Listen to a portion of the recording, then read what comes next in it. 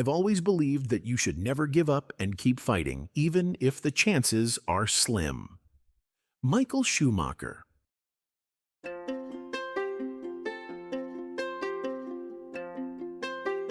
He pushed the limits too far.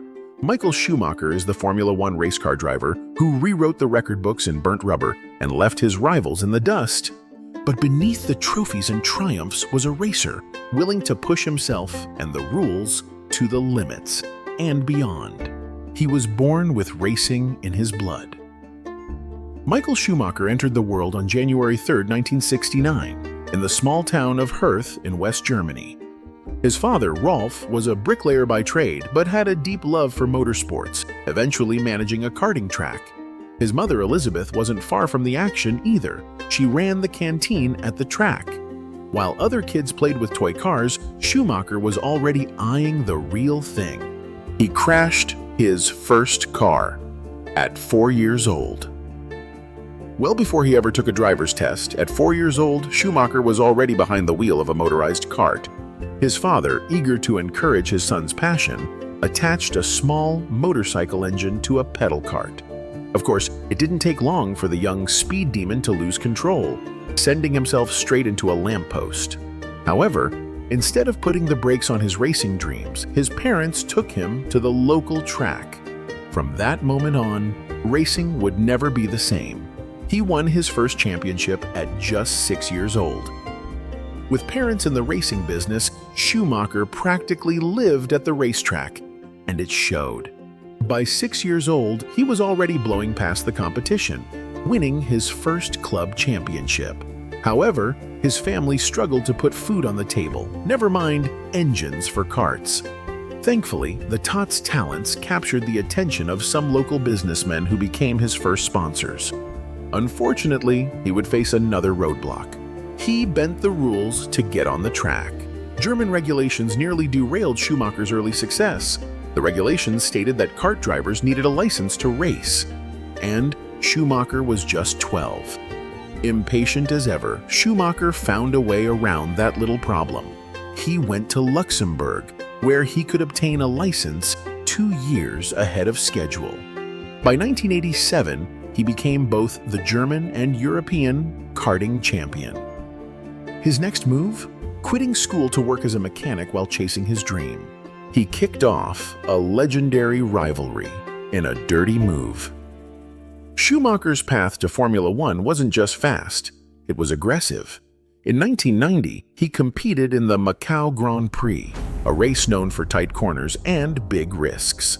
As Mika Häkkinen attempted to overtake him, Schumacher blocked the move, forcing Häkkinen to crash from behind. While his rival's race ended in disaster, Schumacher powered through, crossing the finish line in first place. The controversial maneuver ignited a fierce rivalry between the two that would burn for a decade. He almost got punched in the pits. Schumacher had quickly developed a reputation for aggressive driving, but in 1991 in Nürburgring, he took things too far. While pushing for a flying lap, he encountered another driver moving too slowly. Instead of letting it slide, Schumacher swerved into the other car, making deliberate contact. Furious, the other driver stormed into the pits, abandoned his car, and chased Schumacher on foot. It took Schumacher's teammate Jochen Mass and several mechanics to hold the driver back before he could land a punch. He lied his way into Formula One. Schumacher's official Formula One debut at the 1991 Belgian Grand Prix was just as controversial as his early career. His manager, Willy Weber, assured the Jordan Ford team that Schumacher knew the notoriously difficult Spa-Francorchamps circuit inside and out. The truth? He had only seen it as a spectator. But he had a strange way of preparing for the big race. He practiced on a bicycle. With race day approaching, Schumacher had little time to get to know the notoriously difficult track. His training method was, to say the least, unique. Schumacher grabbed a fold-up bike and cycled around the track to learn the layout. And clearly, it worked. After qualifying for the race, journalists were already calling him the best talent since Stefan Beloff. He was so fast, no one saw him coming. He made his rivals nervous. By 1992, Schumacher wasn't just turning heads in the stands as his car zoomed by. He had his competition shaking in their cockpits. After a series of stunning finishes, Ayrton Senna's close friend, Joe Ramirez, revealed that the three-time world champion considered Schumacher the next big threat, way ahead of all the other drivers around at the time.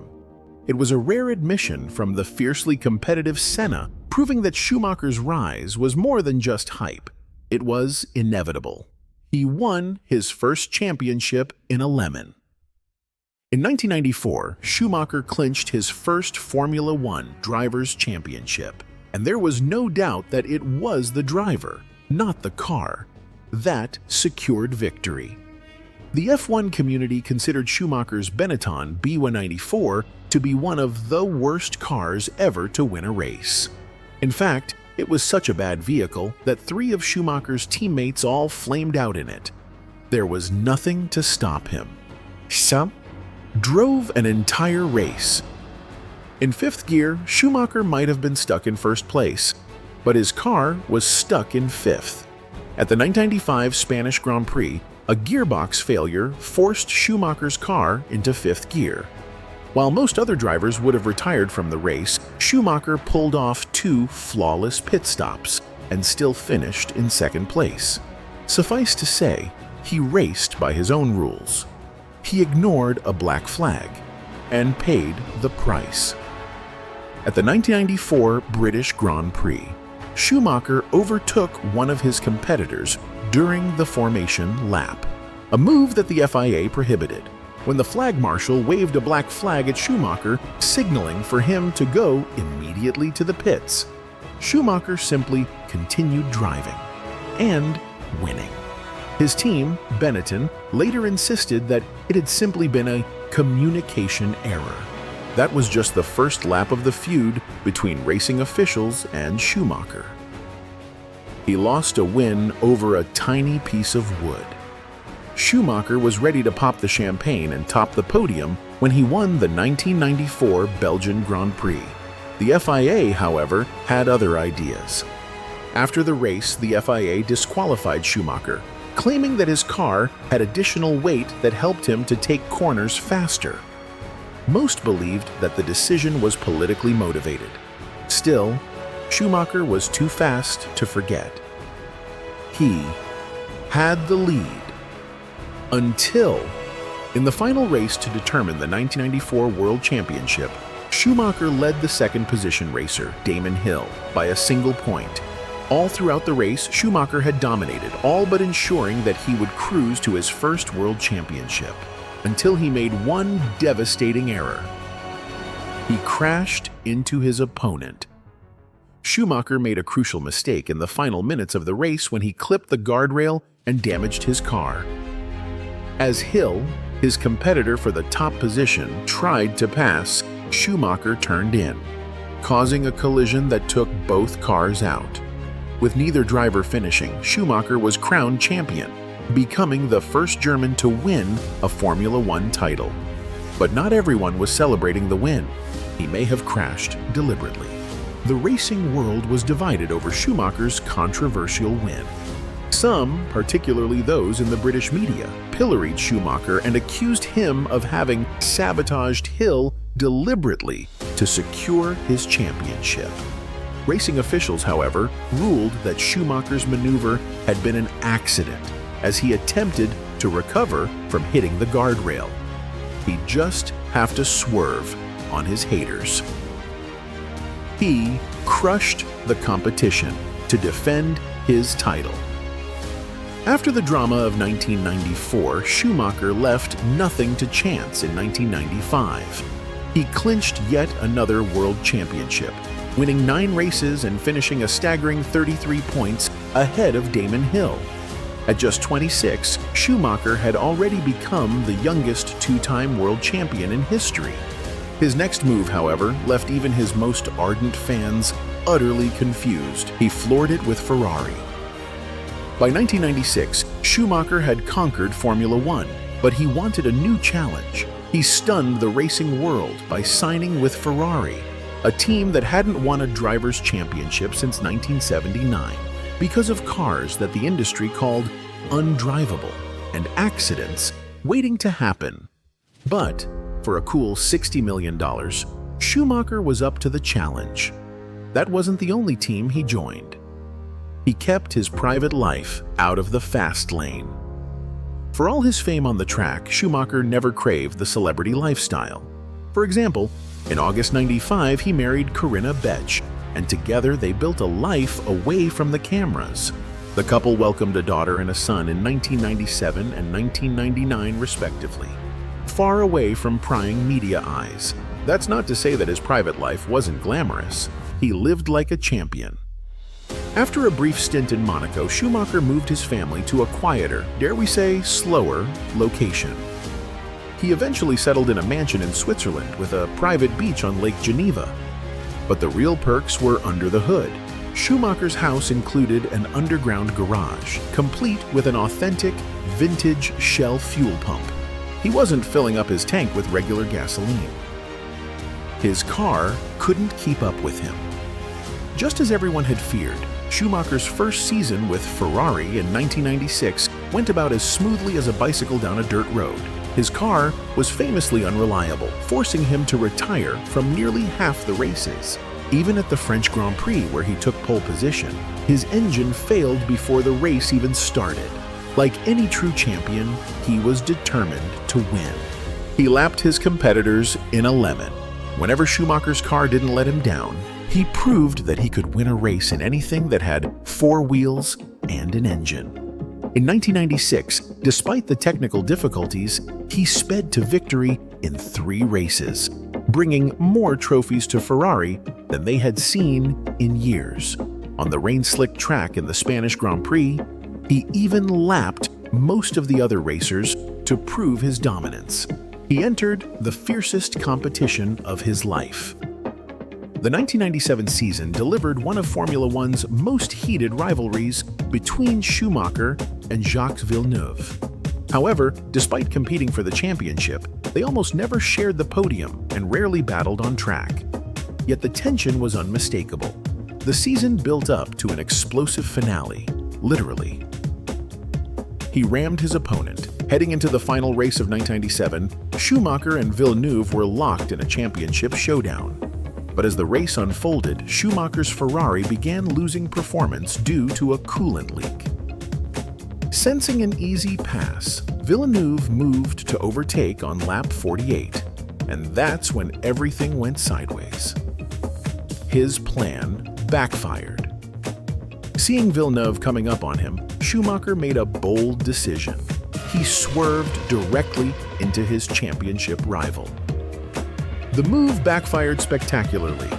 After ramming Villeneuve, Schumacher's car ended up in the gravel, forcing him to retire from the race. Meanwhile, Villeneuve hobbled into 3rd place, securing the World Championship. Schumacher lost more than just the crown. He faced his first DQ. Schumacher's attempted takedown of Villeneuve didn't just cost him the race, it cost him his place in the history books. Initially, race stewards ruled the crash a racing incident and took no action. But 2 weeks later, they changed their minds. In an unprecedented move, they disqualified Schumacher from the entire Drivers' Championship, claiming that he had acted deliberately, but not maliciously. Even he couldn't deny it. He admitted his mistake, eventually. At first, Schumacher defended his aggressive maneuver, but once he saw the footage of the crash, he couldn't deny the obvious and admitted that he had made a mistake. Even so, public opinion was divided. Some newspapers condemned him, while others pointed out that Villeneuve had been driving recklessly himself. But the controversy was far from over. He pushed his opponent to victory. Years later, even Villeneuve himself acknowledged that he would never have made that corner without Schumacher's push. As for Schumacher, time softened his perspective. By 2009, he admitted that if he could relive his career, he'd do some things differently, specifically citing Jerez '97 as a moment he wished he could take back. But that wasn't even his most disastrous crash. He couldn't see in the rain. Schumacher was on the verge of winning the 1998 Belgian Grand Prix when disaster struck. He was coming up on an opponent, David Coulthard, whom he had lapped. Coulthard, knowing that he couldn't win, decided to slow down his McLaren and let Schumacher pass. However, poor visibility due to rain caused a horrific scene. He rear-ended his rival. Instead of gliding past Coulthard, Schumacher slammed into the back of the McLaren. The crash was bad enough to tear a wheel off, forcing Schumacher to retire just before clinching victory. Furious, he stormed into the McLaren garage, ready to fight Coulthard and accusing him of sabotaging his win. It took all of his team to hold him back, but they couldn't protect him from everything. He got injured, chasing the championship. By 1999, Schumacher had dragged Ferrari back to championship contention, but their cars were still accidents waiting to happen, and Schumacher was about to find that out the hard way. At the British Grand Prix, a rear brake failure caused Schumacher to lose control of his vehicle at high speed. He then rammed into the barrier, breaking his leg and ending his championship hopes for the season. He would return with a vengeance. He came back from injury like he never left. Schumacher's broken leg kept him off the track for 8 months. However, when he returned to the wheel of his Ferrari, it was as though he had never left. During a test at Mugello, one of the toughest circuits in the world, Schumacher was immediately on pace, just tenths of a second behind his teammates. A few laps later, he was half a second faster. Eddie Irvine summed it up best: "It's just impossible. He didn't always deserve the win." The 2002 Austrian Grand Prix was one of Schumacher's most controversial wins, because it wasn't really his.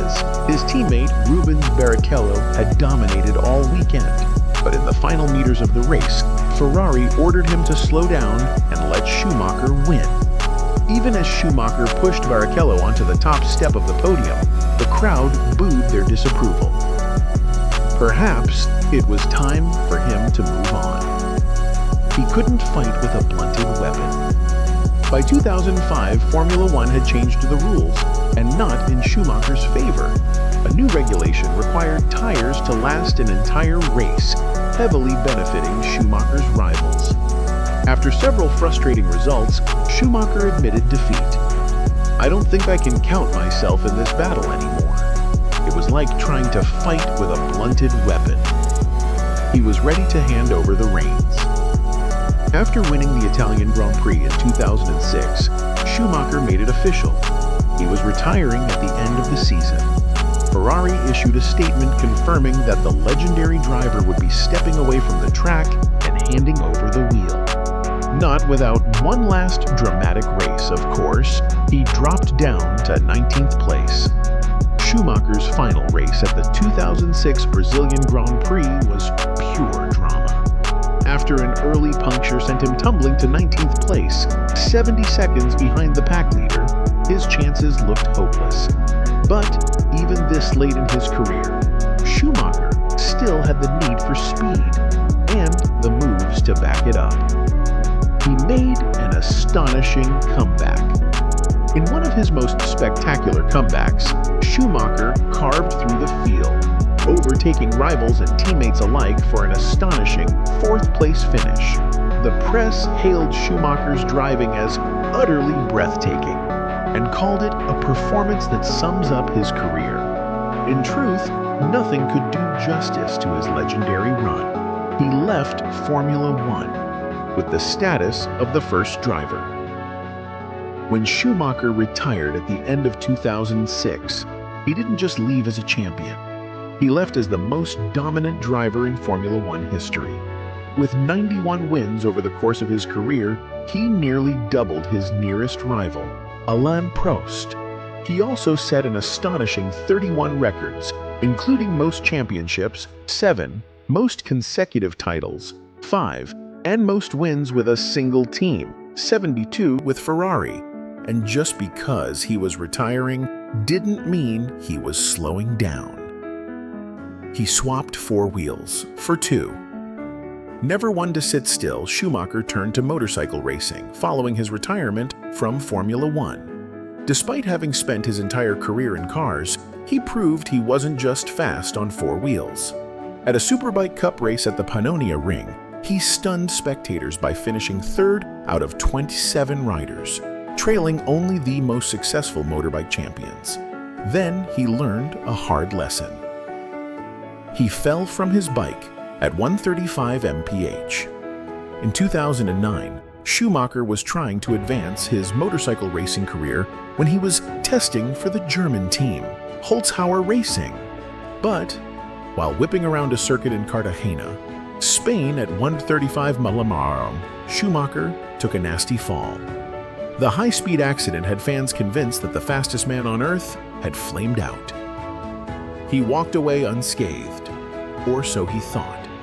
To everyone's amazement, Schumacher sprung up from the high-speed crash as though nothing had happened. When he later went to the hospital, doctors released him, citing only minor injuries. However, the damage was worse than anyone knew and foreshadowed an even worse crash in his future. He came out of retirement. Try as he might, Schumacher couldn't shake the need for speed. In December 2009, he shocked the world by announcing his return to Formula One with the newly formed Mercedes GP team. At 41 years old, Schumacher was back, declaring, "I want to have fun out there. The challenge is what I look for.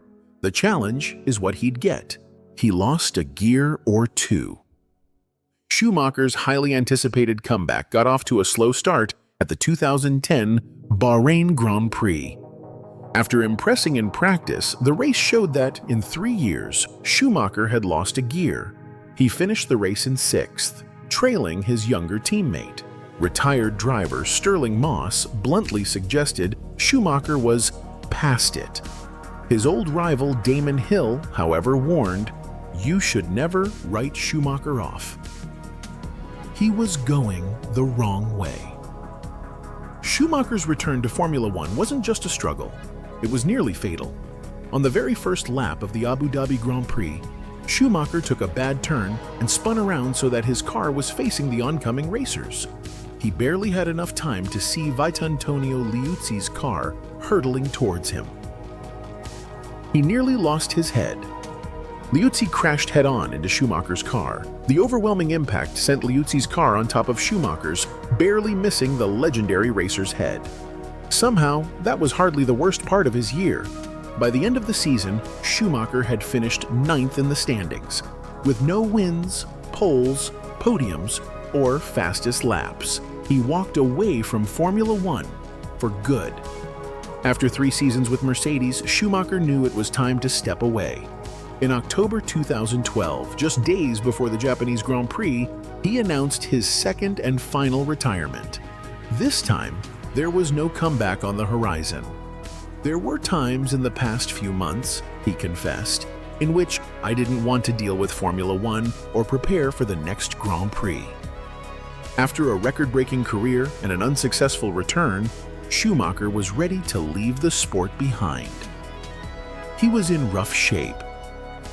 Many wondered why Schumacher's second stint in Formula One never reached the heights of his Ferrari glory days. Some blamed age, others the 3-year break. The truth, however, was that Schumacher just wasn't the same. Journalist Mark Hughes pointed the finger at Schumacher's 2009 motorcycle accident. While initial assessments had cleared Schumacher, the high-speed crash had left him with damaged neurons and a severe neck injury, one that was fatal in 90% of cases. It's not like he needed the money anyway. He was the first billionaire athlete. For all of his crashes, Schumacher's career at Formula One was insanely lucrative, making him one of the richest athletes of all time. For 2 consecutive years, Forbes named him the world's highest-paid athlete. And by 2005, Eurobusiness magazine crowned him the first billionaire athlete in history. Sadly, no amount of money could save him from what came next. He had a hard landing. On December 29, 2013, Schumacher's life took a tragic turn when he became involved in a horrible crash, and he wasn't even on the track. While skiing with his 14-year-old son, Mick, in the French Alps, he strayed into an unsecured off-piste section. Even as an experienced skier, there was nothing he could have done to prevent what happened next.